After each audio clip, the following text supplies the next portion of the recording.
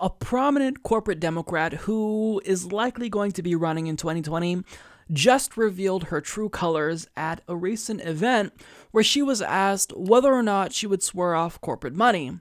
Her answer was pretty telling. So according to Gregory Krieg of CNN, on Thursday, Harris was taking audience questions when a man stepped to the mic and zeroed in on her fundraising methods.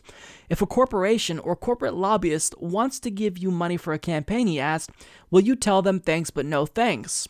Well, it depends, Harris replied. It depends. The questioner, his arms crossed at the waist, declared this the wrong answer. Well, that's not the answer you want to hear, Harris said. It doesn't make it wrong. She continued, acknowledging the legitimate concerns, then explaining her philosophy. I appreciate the reason that you're asking it. I do. I appreciate that, Harris said. And that's why we have rules that require that any donation that anyone receives needs to be disclosed, so that you can do an assessment and the voters can do an assessment and look at where the contributions come from and make your decisions about whether those contributions have influenced the way that people act and the way that people vote. Enough of Harris's colleagues clearly expect they won't. On February 13th, both Gillibrand and Booker, her first and him a few hours later, resolved to reject corporate PAC contributions. Gillibrand cited the corrosive effect of money in politics, while Booker called for the reform of a broken campaign finance system. Both joined a group of liberal senators headlined by Sanders and Warren in making their pledges. Harris, like Biden, doesn't seem likely to make a similar promise, but on a presidential debate stage, surrounded by mostly like-minded candidates, her refusal to forswear corporate donations can and will be used against her, especially by the expected glut of more aggressively progressive hopefuls. So I found her answer here to be, one, morally objectionable by saying, well, it's not necessarily the wrong answer, it's just the answer that you didn't want to hear. Well, that's not really true.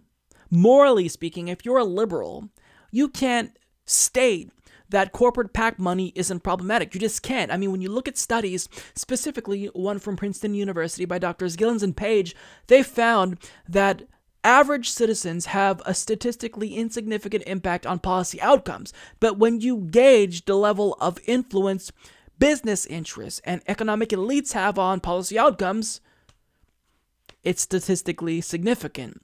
Meaning we live in an oligarchy. What we want has absolutely no influence on policy outcomes. So how can you look a voter in the face and say that it's not necessarily inherently wrong, but that he just doesn't agree with her philosophy? And second of all, she's being really disingenuous and trying to explain away the problem with corporate cash, because it's not that you can just look and see, oh, well, this person took money from Wall Street and Walmart, so I'm against them.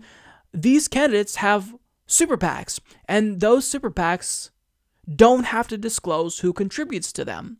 So she's lying. She knows this. She's a seasoned politician. She was the California Attorney General before she became a U.S. Senator. She knows about super PACs. She knows that this is all dark money that can't be traced. And yet she's lying to him, saying, oh, well, you know what? These large multinational corporations, they only can contribute up to the limit, $2,700. Well, you know that that's not true, Kamala. Are you going to swear off a super PAC as well? Because if you are, then that's a little bit of a different story, but she's not doing that. In fact, she's saying here, not only is she going to continue to accept corporate money, but she's admitting by virtue of omission that she is not swearing off any PAC money. So what she's doing here essentially is saying, I will reach out to progressives by co-sponsoring Bernie Sanders' Medicare for All bill, but I'm not going to, I'm going to take a stand here. I'm going to draw the line at corporate PAC money. I'm not doing that. So in other words, you're admitting essentially that you're corrupt. You're willing to be bought off. She's sending a message to the Democratic Party's corporate donors that she's fair game. She's willing to play ball with them. And this is part of the reason why in 2017 there were all these stories about how the Democratic Party's donors were lining up behind Kamala Harris and how excited they were for her. That's why there was so much buzz surrounding Kamala Harris, because the donor class was buzzing. She got them really excited because they found someone who would potentially fill the shoes of Hillary Clinton. Now, I'm not saying that she's as bad as Hillary Clinton. I think objectively speaking, there's no way she comes anywhere near Hillary Clinton. But with that being said, I am done just settling in this country, for Democrats who refuse to do the right thing. This isn't a difficult decision if you're principled, if you're not corrupt. Swearing off corporate PAC money, and corporate money just generally speaking, even if it's limited to $2,700, is something that is essential for me to vote for a Democrat. Why? Because even if it's the case, hypothetically speaking, that Kamala Harris was against Medicare for all, well, if she didn't take money from the health insurance industry, then I would assume that she came to that conclusion, even if it's wrong, based on principled reasons. She's just personally against it. But when a politician takes corporate PAC money, I have no doubt in my mind that they're influenced by that money. So what she did here was pretty much seal her fate. She's not going to get the support from progressives. She's not. Joe Biden won't either. Trying to convince us that you care for us as you take corporate money, I mean, that's inherently contradictory. You have to be either with us and against corporations, or with corporations and against us. You can't have your feet in both camps. It doesn't work that way. We've seen how the game is played, how the game is rigged for too long, and we know either you're with us or against us. And she just took a stand here. She's not with us. She's with the large multinational corporations. She's with the party's billionaire donors.